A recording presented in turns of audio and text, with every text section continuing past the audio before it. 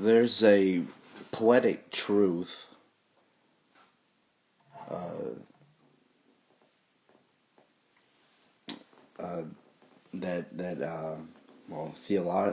theology has recognized as that you will know something or someone by their fruit. And uh, New York and some satellite um, broadcasts around the country, and I'm sure this has reached around the world all over. That the fruit of Lyndon LaRouche uh, has borne one heck of a memorialization um, in the form of, some people would say, a concert, you know. But this was, they're afraid to say concert because, well, no, this is a memorialization. But Lynn would interject, I would think back and say, well, life is a concert, and life is a composition, and um, and and the the in the memorial, uh, there were many compositions that were performed, uh, and the way that it was structured was as a single composition. Though there was a progression. You would say that there were three. I guess there's something like three sections, if you will, to the day um, at the church where this took place. But each section was a part of the one preceding it, leading it to an overall composition. And I say that each of the three parts were defined by the courageous, moral intellect of some of Lynn's closest collaborators, like Dennis Speed, is one you really got to look out for. You got to watch out for that guy, because he's going to tell you what's up, and you might just agree. And punctuate the following a collaborator like Dennis, or really uh, Lynn's wife Helga, um, presented, I guess, a prologue and epilogue, you might say, um, to the to some of the parts, which were irreplaceable in what they did, um, but also within each of these three parts, you had a recording of sort, of sometimes audio, sometimes video, but of Lynn showing us what it means to have to live a passionate life for the benefit of, well, benefiting from um, uh, being passionate for ideas, being passionate as it's associated with love, true love, true love, and that's a a big question. But so you had this this single composition, this memorialization of Lyndon LaRouche after 97 years of life. The composition as a whole taught us something very special. And it taught us something very special about mortality and what happens afterwards. Right, Dennis? The undiscovered country from whose bourne no traveler returns. Right?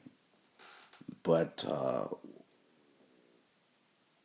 were our wills confused? Or were they puzzled? No, so that's the difference. That's a tragedy. Hamlet discusses what the crisis of mortality. The crisis of mortality when you don't add the I-M to the beginning of the word. Immortality is the solution. It's a funny word. It's an ironic word. Something over which the human species wrestles. They try to define, yes, we live and we die, but what do we leave behind? And for whom? And why? And again, there's a sense of personal victory over death for someone who lives through immortal ideas. And that's what Lynn did. That's what Lynn does. That's what Lynn will do for quite some time now. And I can't imagine it. I can't imagine what his enemies might think right now, because they're reeling back. The enemies of mankind, those who Lynn identified as imperial monsters who would corrupt the rest of the world. They would gather this is the old idea of empire. You corrupt a certain leadership, and you have your satraps and your colonies, and you treat, as he said, as was presented at a certain point, that for an unacceptable, you might say, amount of time, for the vast majority of human existence, that men and women were herded as cattle, were treated as animals, as lower beasts. And he says that they were, this is the feudal system. I don't mean to make it historically specific to the European feudalism, which it is, but the type of imperial feudalism that creeps up on perhaps an unsuspecting golden age, an Eden. I'm not going to get too biblical about these things, but there's some, for my own, just because of my own lack for study, for serious study of the scriptures. It's though undeniable, the poetry that has flown through the ages from such ancient scripture, west, east, especially when you start to compare them, you get an idea of the universal in humanity, the universal in science and in art.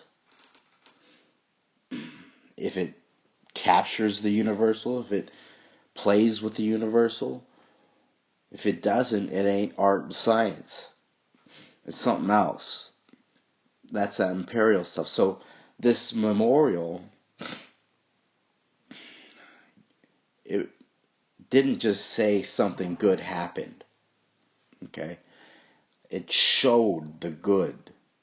It showed the fruit of this man, of his organization, his close collaborators, his closest collaborator perhaps, his wife, Helga Zepp LaRouche, who stands, yes, on the shoulders of giants and titans, precious ones like Prometheus.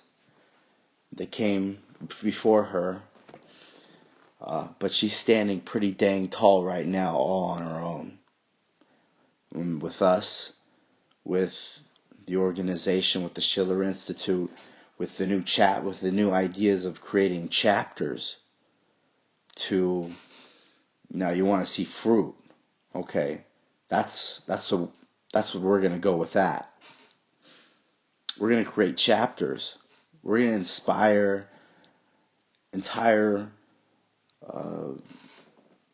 See, people are inspired. We're gonna inspire them to really connect with each other, and to bring some continuity to the local, state, and federal and international perspective.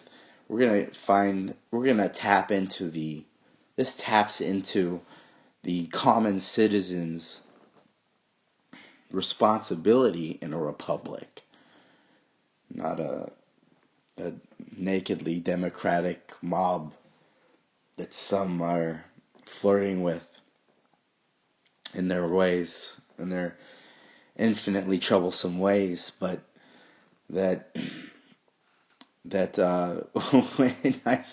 when Donald gave the Queen of England a fist pump, who knows what doctored picture or whatever, but I think it really does.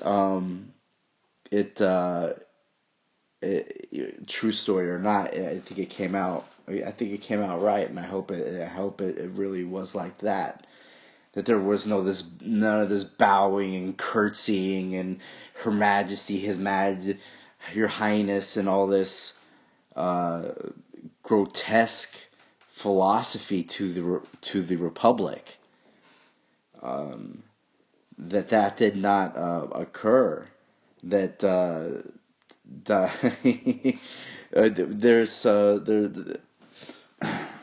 we're seeing some fruit, and it's exotic at this point. We're trying to carve a road forward even more for the presidency, for the nation of the United States to grab a hold of its own destiny and listen to these individual, yes, historically specific economic revitalizations, economic rebirths, economic renaissances, these programs that were alluded to throughout the program, the memorial, the projects like dealing with the so-called third world, the ones caught in the middle between in the Cold War, the would-be colonies, but the ones that stood up for themselves in something called, I guess, NAM, the non-aligned movement. They were searching for, when you're stuck between two things like that, you really have to search for something universal. It gets back to, this is just the nature of things. And so these people in India, and we're talking top layer, we're talking prime ministers and presidents here, from Mexico to India and many places in between. And this is during the 80s in particular. And so I'm not going to give the whole memorial out right now. It's 3 hours long, and it's absolutely beautiful, every minute of it. So what I could do is just commend you to recommend that you take the time and experience the fruit, because we're not just telling you about something anymore. We're doing it, and it's having an effect that not many people can see right now. What do they see? What do we see? We see. Well, I don't see the TV, but a lot of people see the TV, and these news reports that come flowing through places like Facebook and whatnot, and they're giving you just these tidbits of information, and that's information's bad enough, like the bloody facts of it's bad enough to treat life as a mortal experience without a look to the future and things that would secure that. But we're given these pieces of information, almost, not almost, this is intentionally the way it's served up on a platter like this, on an all-you-can-eat, when do you cut the sausage off, big, huge information throw-up, vomit. And like I said, it's bad enough that it's just the facts, the bare bones. It doesn't deal with things like the unseen things of like Platonic and Judeo-Christian, Confucian, Islamic penetrations into what is the real substance of the universe, which the real primary substance is not just change. You hear that with Heraclitus, and you hear that with even someone like Leibniz discussing the monad as a principle of change. But you have to add that growth element, the progressive element, the ordering element, that all these bare bone facts actually exist within the context of principles that we don't,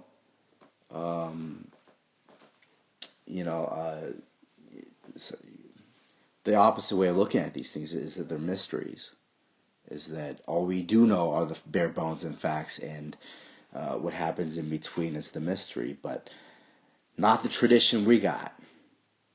Our tradition is talking about how to put into context things that don't make sense on their own level, to introduce a new idea that solves a problem. This might sound familiar to some musicians, to some composers. This is how you deal with that. That you can compose your own life in a way that composes history. So you can compose the future as you compose your mortal life. You cause a future to occur. Now, if that's not immortality, then, well, we're just talking different languages. Well, that's one part of immortality, and there's a lot of ways to really go with this, but that's undeniable. That's the way that the human species reproduces itself, is that it grows. It changes and it grows. And that's, hopefully that's just that's a way to think. I wanted to help introduce people into a way of thinking when they approach uh, the composition of the memorial, to truly appreciate Lynn, and it is to understand the composition and to take, but it's also very simple. You can hear it in his in the song of in the singing of his voice, and I'd have to go back to it at a certain point. I think it was Dennis brought up a beautiful metaphor of Lynn as a singer, and it was a metaphor of can't quite bring the whole metaphor to mind right now, but I'd also like to add that Lynn actually sung in his soliloquies, in his discussions, his conversations, his speech was not monotonous. It was dynamic.